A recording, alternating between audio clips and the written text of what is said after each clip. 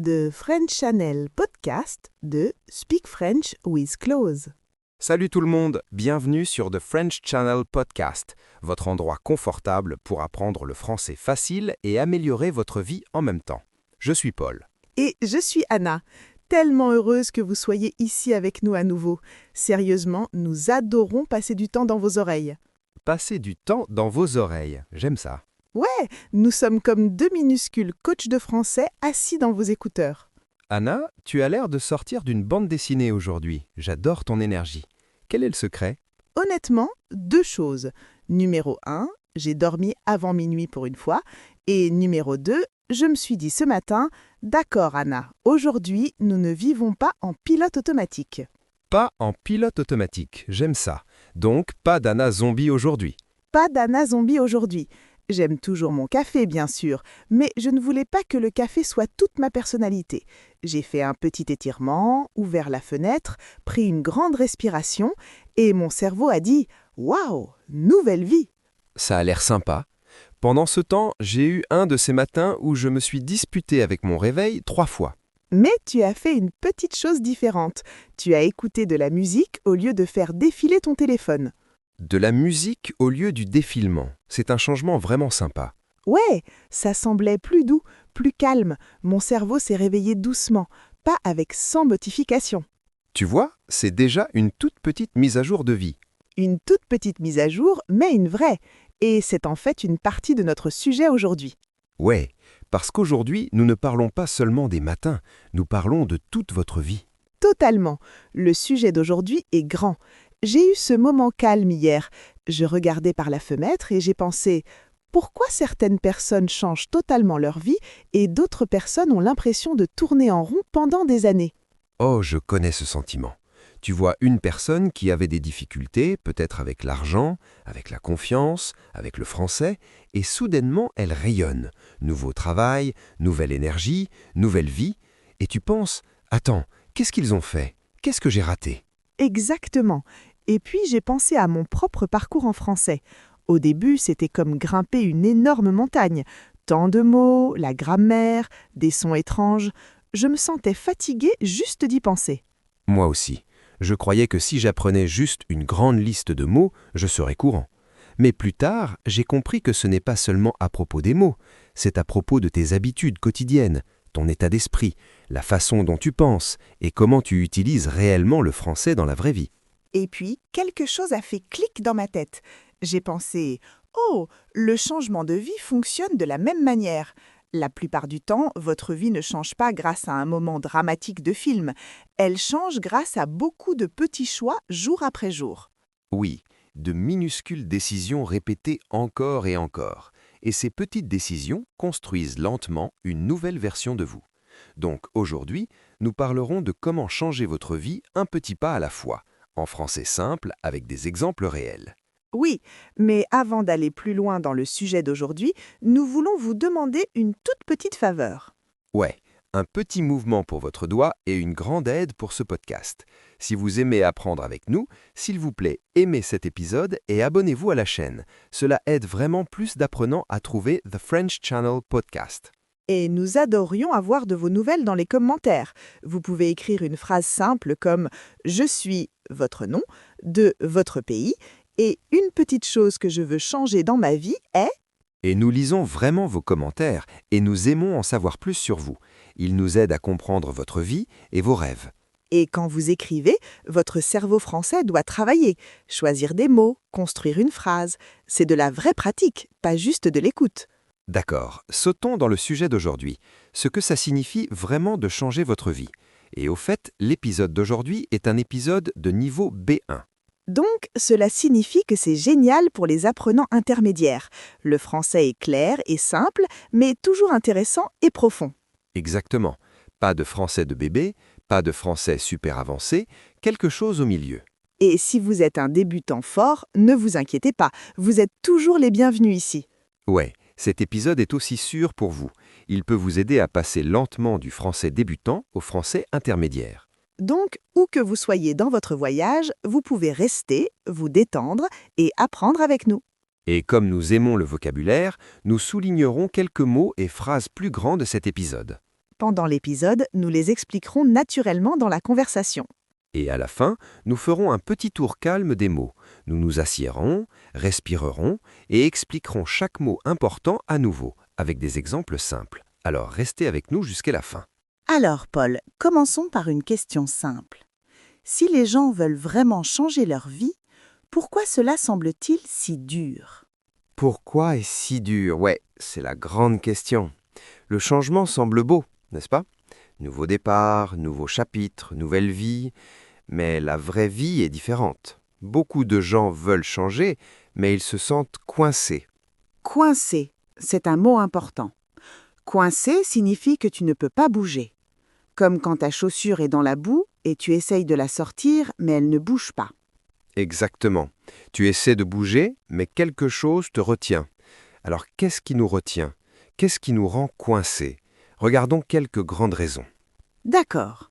Première grande raison, et peut-être que tu ressens ça aussi, c'est la peur de l'échec. Peur de l'échec, oui.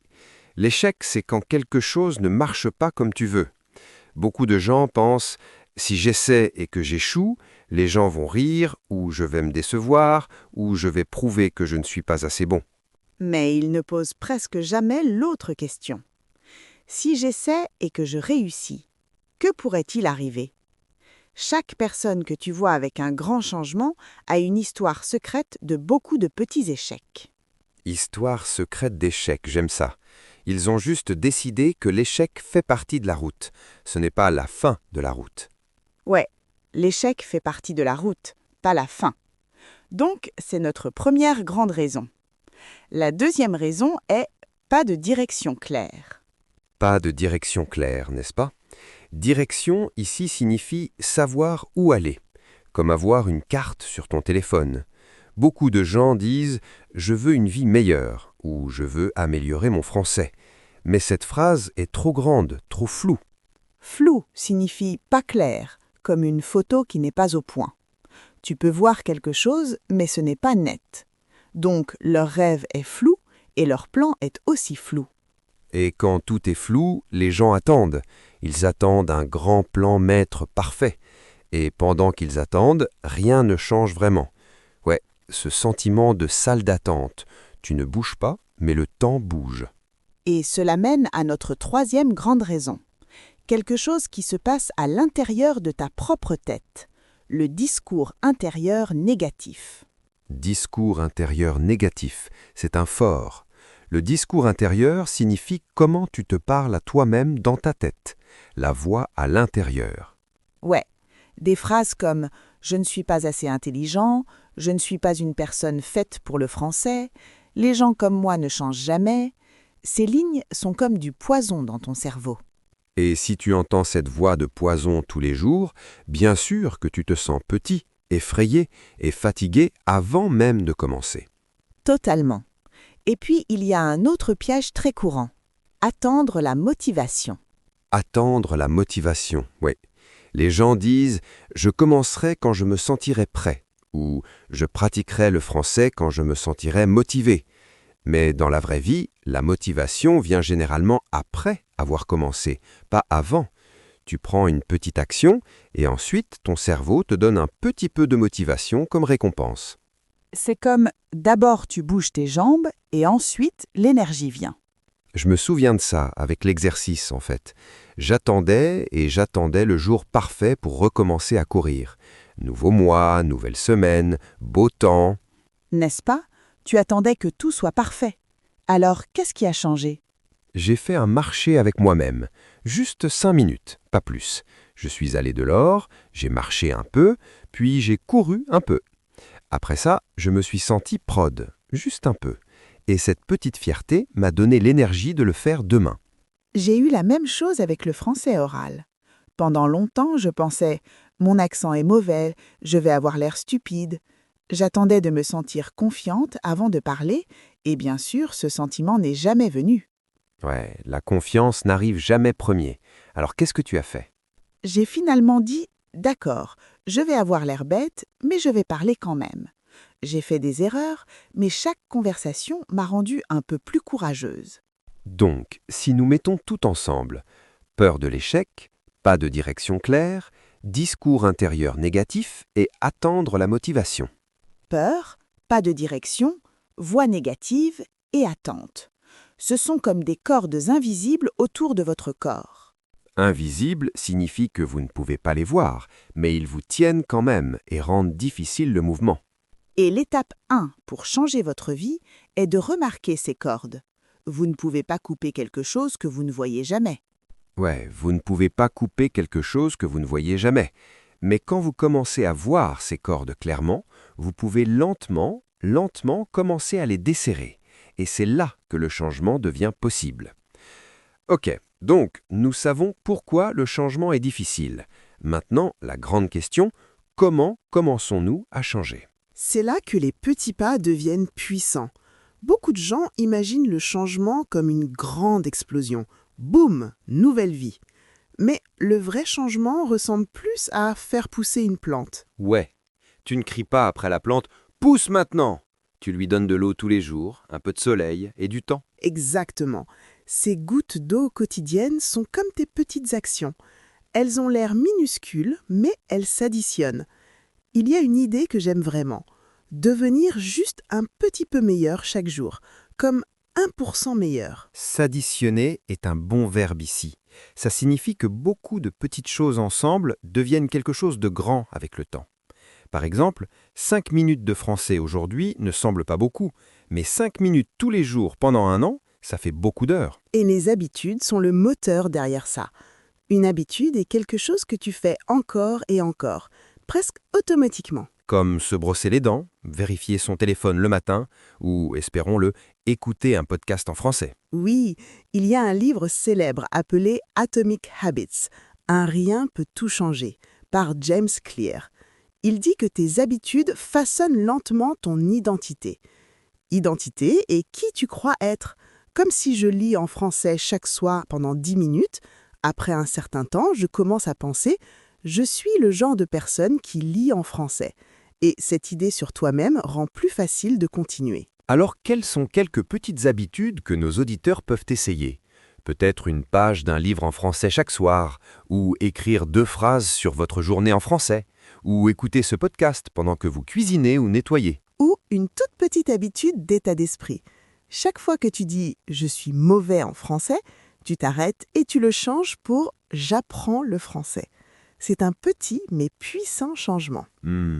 L'idée clé de cette partie, de minuscules actions faites encore et encore, peuvent secrètement construire un énorme changement dans votre vie. Oui, vous n'avez pas besoin d'un grand plan dramatique. Vous avez juste besoin d'une petite action que vous répétez. Ouais, nous avons déjà utilisé le mot « état d'esprit », donc passons un peu de temps là-dessus. Oui, l'état d'esprit est la façon dont tu penses à tes capacités et à ton futur. C'est comme le style de voix à l'intérieur de ta tête. Est-elle gentille et pleine d'espoir ou douloureuse et négative? Il y a une idée bien connue. État d'esprit de croissance et état d'esprit fixe. Avec un état d'esprit de croissance, tu penses « je peux m'améliorer, je peux apprendre, je ne suis pas parfait, mais je peux devenir meilleur ». Avec un état d'esprit fixe, tu penses « c'est juste qui je suis mauvais en langue, je ne peux pas changer ». Et devine lequel t'aide le plus. Ouais, ce n'est pas un grand mystère. Et notre cerveau a aussi une sorte de système de filtre. Le nom long est Système d'activation réticulaire, SAR. Ne vous inquiétez pas de retenir le nom. Comprenez juste le travail. Ce filtre cérébral décide quelle information est importante pour vous. C'est comme un ami qui dit « regarde ça ». Tu peux ignorer ça. Par exemple, quand tu apprends un nouveau mot de vocabulaire, soudainement, tu le vois partout. Dans un film, dans un livre, dans le titre d'une vidéo. Le mot était toujours là, mais maintenant, ton cerveau dit « Ouh, nous connaissons ça, montre-le ». Donc, si ta voix intérieure dit toujours « je ne peux pas, je ne peux pas, je ne peux pas », ton cerveau cherchera des preuves que tu as raison. Mais si ta voix intérieure dit « j'apprends, je n'améliore », ton cerveau commencera à te montrer de petits signes de progrès. C'est pourquoi certaines personnes disent que tu peux reprogrammer ton esprit, comme installer une nouvelle application dans ton cerveau. Ouais, une nouvelle application dans ton cerveau. J'adore cette image. Et pour faire ça, nous pouvons utiliser 3 petits outils. Affirmation, visualisation et gratitude. Nous utiliserons du français facile ici. Une affirmation est une phrase positive que tu te dis exprès. Par exemple, je deviens meilleur en français chaque semaine. La visualisation, c'est quand tu fermes les yeux et t'imagines en train de faire quelque chose bien. Par exemple, tu t'imagines parler calmement dans un entretien d'embauche. Et la gratitude, c'est se sentir reconnaissant. Tu regardes ta journée et dis « Ok, aujourd'hui était dur, mais je suis reconnaissant pour ce bon moment ». Quand tu pratiques ces choses, tu entraînes ton cerveau non pas à lentir, mais à voir les chances, pas seulement les problèmes. Oui, le but est simple. Fais de ta voix intérieure un coach, pas un critique. Et puis, il y a un autre grand ennemi du changement, la perfection. Perfection signifie que quelque chose est 100% parfait. Pas d'erreur, pas de problème. Et beaucoup de gens attendent secrètement ce moment parfait pour commencer. Quand mon français sera meilleur, je parlerai. Quand j'aurai plus de temps, j'étudierai. Quand je me sentirai confiant, je postulerai pour ce travail. Mais voici la chose drôle. Tu obtiens souvent la confiance après avoir commencé, pas avant. C'est comme se tenir au bord d'une piscine et dire « Quand je me sentirai à l'aise, je sauterai ». Mais le confort vient après le saut. Il est si vrai. Quand j'ai commencé à m'enregistrer en parlant français, je me sentais tellement gênée. Ma voix semblait étrange. Je voulais que chaque phrase soit parfaite. As-tu effacé beaucoup d'enregistrements? Oh, tellement. Mais un jour, je me suis dit, cette vidéo n'est pas parfaite, mais elle est assez bonne. Je l'ai postée et devinez quoi? Rien de mal ne s'est passé. Certaines personnes ont même aimé. Il y a une phrase que j'aime. Un début désordonné est mieux qu'un un jour parfait. Parce que un jour signifie parfois n'aimer. Donc, si vous attendez un moment parfait, peut-être que ceci est votre signe. Commencez maintenant d'une manière imparfaite. Et ne pensez pas à tout changer. Pensez juste, quelle est une action simple que je peux faire aujourd'hui? Peut-être envoyer une courte note vocale en français, peut-être lire un paragraphe, peut-être écrire un email. Ces actions imparfaites construisent lentement quelque chose d'important, l'élan. Rappelez-vous, l'élan est cette énergie de mouvement qui rend plus facile de continuer. Une fois que le vélo bouge, tu n'as pas besoin d'autant de force que la première poussée. Donc, voici un micro-défi pour vous. Pensez à une chose que vous continuez de repousser et donnez-lui 5 minutes aujourd'hui. Juste 5 minutes, oui. Ça semble petit, mais ça peut ouvrir une petite dorte dans votre journée. Et il y a une pièce de plus dont nous devons parler si vous voulez un vrai changement, votre environnement. Environnement signifie tout autour de vous. Les gens, les places, les sons et le contenu que vous voyez. Il y a une idée fameuse. Vous êtes la moyenne des 5 personnes avec qui vous passez le plus de temps. Si vos 5 personnes se plaignent toujours, disent toujours que c'est impossible, c'est très dur de rester plein d'espoir et concentré. Mais si vos 5 personnes essaient, apprennent, font de petites choses pour leur futur, vous commencez à sentir « peut-être que je peux faire ça aussi ». Ce ne sont pas juste les personnes, c'est aussi les choses que vous regardez et écoutez. Votre régime d'information. J'aime ça. Régime d'information. Nous savons que la nourriture peut être saine ou malsaine. L'information est pareille. Des podcasts motivants, des vidéos utiles, de bons livres. C'est comme de la nourriture saine pour votre cerveau. Et certaines choses sont comme de la malbouffe. Des nouvelles négatives sans fin, des vidéos dramatiques, des bagarres dans les commentaires, ils drainent votre énergie. Drainer votre énergie signifie qu'ils prennent votre énergie et vous font sentir vide ou fatigué. Quand j'apprenais le français, je me sentais seule jusqu'à ce que je rejoigne un petit groupe d'études en ligne. Soudainement, j'avais des gens qui disaient « Hé, je galère aussi, mais continuons !» Ce groupe n'a pas rendu le français magiquement facile, mais il a rendu l'abandon plus difficile. Donc, peut-être demandez-vous qui sont mes 5 personnes en ce moment et quel est mon régime d'information.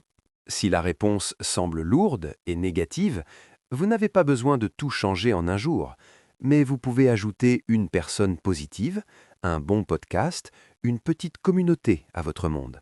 Petit à petit, avec de meilleures personnes et de meilleures entrées, passer à l'action semble plus naturel. Tu n'as pas à te battre si fort avec toi-même. Anna, nous avons utilisé de grandes idées et de mots aujourd'hui. Peut-être devrions-nous ralentir et parler d'eux un peu. Ouais, faisons un tout petit tour des mots avant de finir. Et nous devons commencer avec notre sentiment principal, être coincé. Donc, coincé, c'est quand tu ne peux pas avancer. Tu veux changer, mais quelque chose te retient. Par exemple, je me sens coincé dans ma routine. Chaque jour semble le même. Ou, je me sens coincé avec mon français. Je ne sais pas comment aller au niveau suivant. Prochain mot, direction. Direction est le chemin où tu vas, comme avoir une carte ou un plan. Tu peux dire « Je veux améliorer ma vie, mais je n'ai pas de direction » ou « Rejoindre un cours m'a donné une direction dans mon étude du français ». Celui-ci est long mais important. Discours intérieur négatif. Cela signifie les choses que tu te dis dans ton esprit, et ces choses ne sont pas gentilles. Par exemple, le discours intérieur négatif comme « je suis stupide » me fait me sentir petit. Tu peux aussi dire « j'essaie de changer mon discours intérieur négatif en mots plus gentils ». Maintenant, un mot très puissant, habitude. Une habitude est quelque chose que tu fais encore et encore, presque sans penser. Boire de l'eau le matin est une habitude saine. Ou écouter un podcast en français tous les jours est ma nouvelle habitude. Et ces habitudes changent lentement ton identité.